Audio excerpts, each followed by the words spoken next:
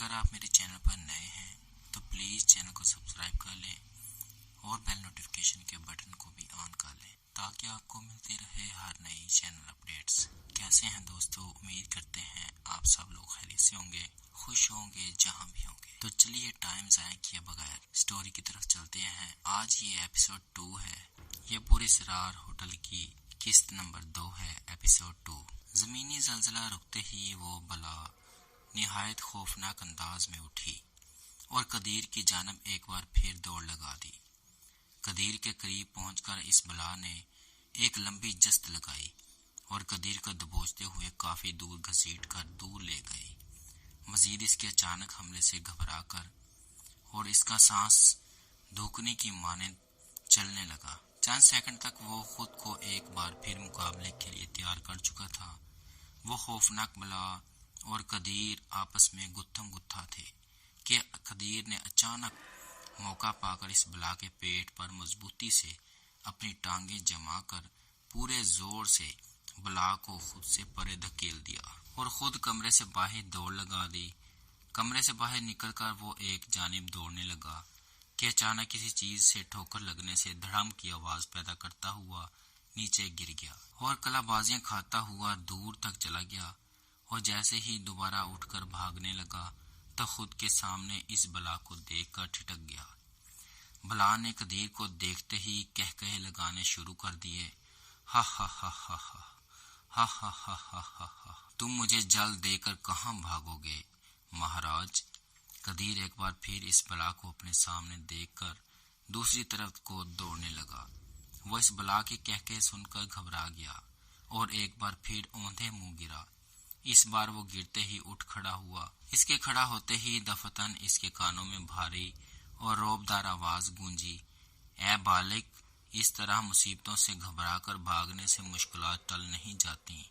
मुश्किलात का डट कर मुकाबला करने वाले ही हमेशा कामयाब होते हैं। तुम्हारे गले में जो बरगजीदा बुजुर्ग का बख्शा हुआ तावीज पड़ा है, इसे उतार कर इस बला की गर्दन में डाल दे, तेरी मुश्किल हल हो जाएगी। और फिर आवाज अचानक बंद हो गई। कदीर के दिमाग में इसकी बातें गूंज रही थी। मुश्किलात से घबराने वाले कभी कामयाब नहीं होते। कदीर ने जल्दी से अपनी गर्दन में पड़ा हुआ इस बरगजीदा बुजुर्ग का बख्शा हुआ तावीज गर्दन से निकाल कर इस बला की जानब दौड़ लगा दी। बला इसको अपनी जानब आता देखकर खुश हो गई। कदीर भागता हुआ इस बला के करीब गया। बला इसको अपने इस कदर करीब देखकर सरशार हो गई और इसकी शारग पर अपने दांत गाड़ने के लिए अपना मुंह इसकी शारग पर रख दिया और अपने लंबे दांत इसकी शारग में गाड़ने ही वाली थी कि कदीर ने जल्दी से मुट्ठी में दबा तावीज बला की गर्दन में डाल दिया।